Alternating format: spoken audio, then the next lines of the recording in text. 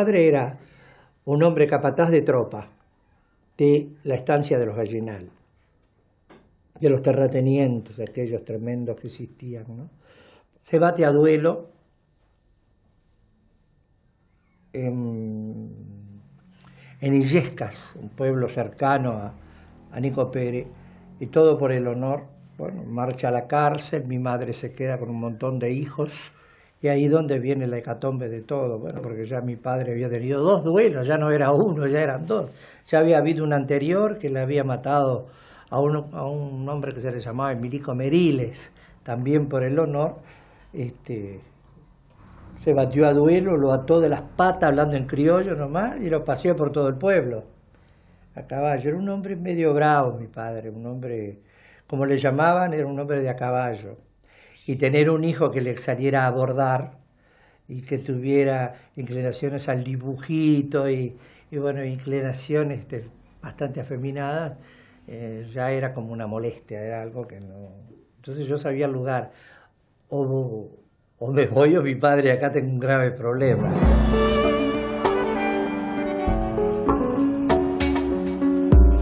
Sí, recuerdo todos mis sueños,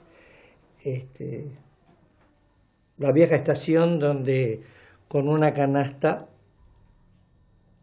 salía a vender empanadas y los bizcochitos caseros de la vieja, porque llegaban los trenes, ¿viste? Y entonces iban todos los que iban para los lados de ir a buscar bagallo, y la gente bajaba y siempre, bueno, se vendían empanadas, bizcochitos, pan casero, ese tipo de cosas. Pero también teníamos un viejo amigo de AFE que traía revistas. No era muy de leer, pero sí me gustaban mucho las imágenes y veía las figuras de Josephine Baker, Charles Chaplin, bueno, de todas las grandes figuras del tiempo, ¿no? Y soñaba con diseños, con ropa.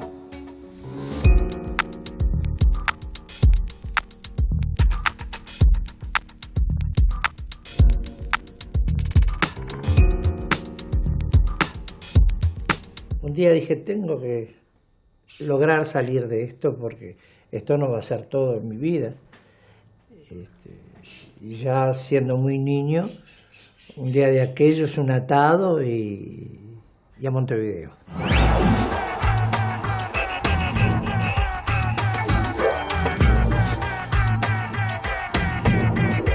Para colmo, el tren llega acá a Montevideo, ahí en AFE, en plena noche, y había que buscar dónde ir.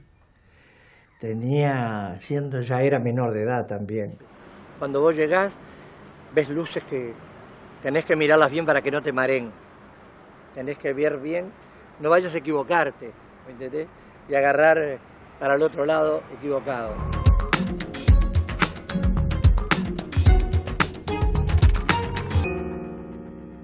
Era muy difícil ir a las pensiones, te averiguaban la edad. Y bueno, fui a un par de ellas y en algunas me pidieron la documentación, vieron que era menor y no accedían. Pero luego fui a una que estaba en la calle Rondó, de un italiano, y allí, bueno, tuve la suerte de que sí, me quedé ahí. Ya también me ofrecieron trabajo ahí también. Traté siempre, viste, con ese gran amigo, como quien dice la tana, nomás que le decían, vamos a hablar en criollo, sin tabú. Y traté de escuchar siempre a mis mayores que estaban, ¿me entendés? La palabra de los mayores para mí valía muchísimo. Era un ser, ¿cómo te puedo explicar? Que las tenía todas claras. Pasó una guerra, sufrió la situación de los nazis, entonces sabía cuando era el hambre, sabía la persona que no tenía un techo. Y era una relación totalmente amistad pura, ¿me entendés? Tenía sus cosas la tana, hacía sus cositas, pero con los amigos era un amigo y un consejo siempre, a flor de labio estaba siempre el día. ¿Me entendés? De ahí que tengo que llevar las viandas de las comidas que él hacía para vender. Entonces, ¿a quién le iba a llevar? Al viejo prostíbulo, porque en el prostíbulo había una parte de cocina donde se daba de comer. Después de trabajar en prostíbulos, en todos los lugares, vendiendo, ¿viste? Desde empanadas, carbón, papel higiénico, todo ese tipo de cosas que se tenía que llevar en seres que se utilizaban de época. Viene el gran sacrificio, ¿no? Pero también viene el placer de conocer figuras como la Negra Johnson, Carlos Alvin Pirulo, Marta Gularte, el gran bailarín Alejandro Flores, que también me incita, pero ya siendo menor de edad, a donde yo no podía entrar. Yo trabajaba afuera, ¿sí? Cuando no con el cajón de lustrar, cuando no, siempre uno andaba por allí, ¿viste? Pero el Negrito tenía su facha y el Negrito soñaba con un día hacer algo.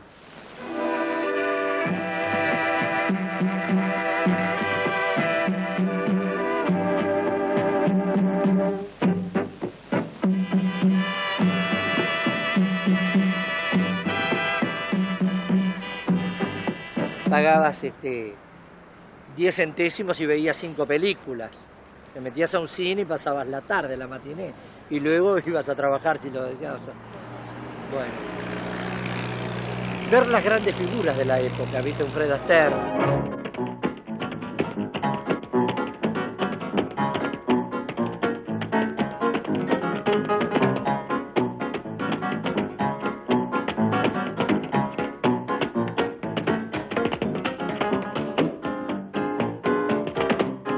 Después los grandes como Miguel de Molina, como Pedrito Rico, como las grandes figuras de las épocas, me fueron dando a que tenía que hacerlo. Yo decía, bueno, yo lo puedo hacer distinto. Para mí una gran influencia la tuvo en lo dramático Marlene Dietrich, en El Ángel Azul, aquellas cosas maravillosas que fue esa mujer.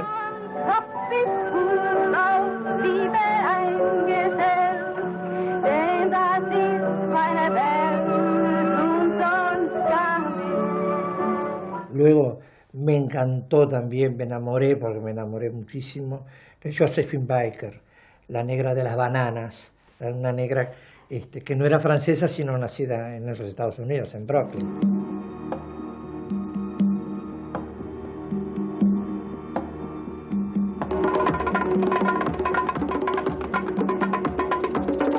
Otra influencia también en mi vida, ¿me entiendes?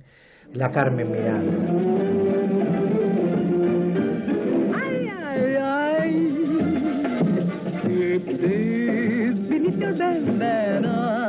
It's easy as pie, just go down and try 6 lessons or so.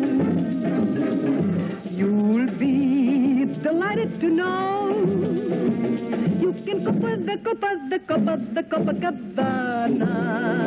Que ya cuando cumplo 18 años, sí, ya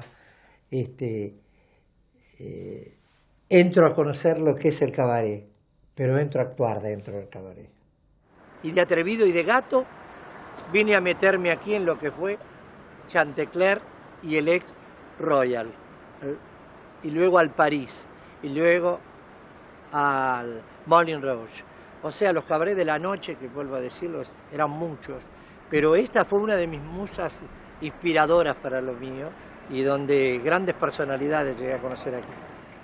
La Gilbert Lecaux, justamente Gilbert Lecaux, la gran actriz francesa, la conocimos ahí justamente en Chantecler.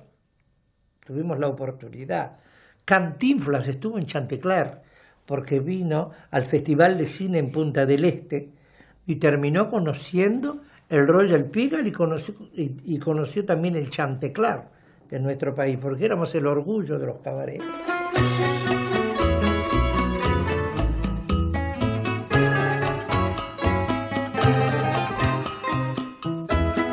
Después estaban los prostíbulos. ¿Quién iba al prostíbulo?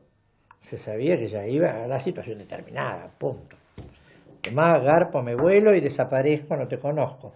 Pero en el cabaret se transaba una amistad. Estaban las muchachas que tenían otra preparación, otro estilo, otra conversación, otra psicología.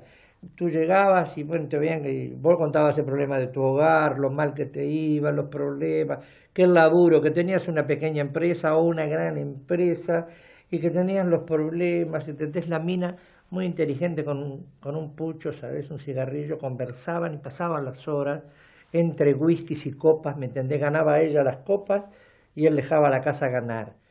Se iba a cenar al cabaret. Y para que las damas entraran al cabaret tenían que entrar acompañadas y cuidado, tenían que tener capelina, ir de sombrero a entrar, porque tampoco con la cabeza descubierta, todo ese tipo de cosas. Y se cenaba, me acuerdo que la cena, dirán, pero ¿qué se iba a cenar al cabaret? Era muy el estilo del francés, muy el champán. Fíjate que ya se comenzaba tranquila la cosa hasta que el champán se terminaba tomando entre un zapato, ya luego cuando las burbujas se subían. Pero fíjate que el caballero tomaba champán del zapato de una dama. Pero también había otra cosa, que si esa señora el otro día pasaba por la avenida principal, por 18, con su señora del brazo, y venía la cabaretera, la muchacha del cabaret, caminando con otra compañera, no te conocía, seguía su camino. A ese señor no lo conozco. Una cosa era la noche y otra era el día.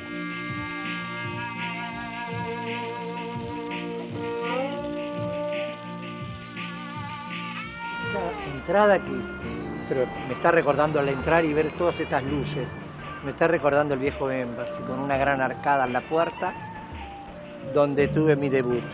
Y ahora me preguntaban, y sí, me vino a la memoria el tema que bailé, que fue una conga, el paisero, ahí viene el negro, dandero. Y se bailaba en el cabaret también los pasodobles, ¿entendés? Con mucha elegancia, porque había que bailar, saber bailar el pasodoble, el fostro. Vi morir, no morir, sino que yo creo que fueron quedando en los discos de pasta, que fueron quedando en el recuerdo de la gente.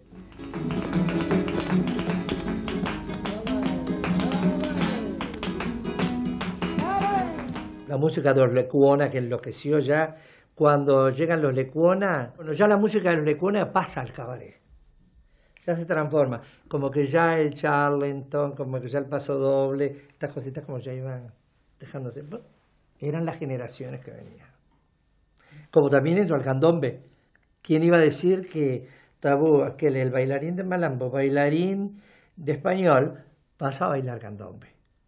También era bastante insolente, después que tomé ya cartas en el asunto acá en Montevideo, me avivé ya, Canarito se avivó, y ya vi los espectáculos, los grandes espectáculos, las grandes revistas que llegaban acá, ¿me entiendes?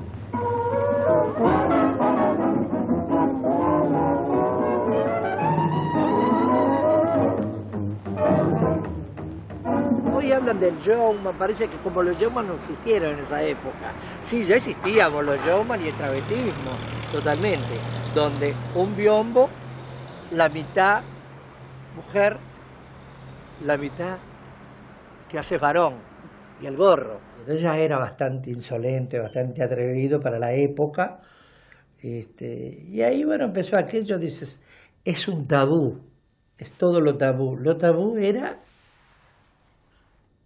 lo prohibido, hacía todo aquello que era... A mí me gustaba hacer todo aquello que fuera lo prohibido. Recuerdo unas palabras de un gran músico que nos acompañaba en ese momento, cuyo nombre era Pedro Ferreira. Pertenecía a la orquesta, estaba en la parte orquesta, era trompetista, no guitarrista como todo el mundo lo conoció. Él era una de las máximas trompetas de las orquestas en la noche. Entonces recuerdo que estaba detrás de un cortinado y estaba para salir, para hacer un tema, que jamás lo olvido, que era un tema que se llamaba Tabú, lo prohibido. Y temblaba de nervios. Y él me miró y me dijo, ¿qué te pasa, pibe? Estoy nervioso. Me dijo, si no tenés nervios, pegate un tiro, porque de acá nacen los artistas. Y de ahí que, bueno, nace a través del ingenio de compañeros, así dentro de la revista, que me ponen Tabú. Pero luego así nace Canela. Ahí sí hay alguien directamente que me bautiza con el nombre de Piel Canela. Que fue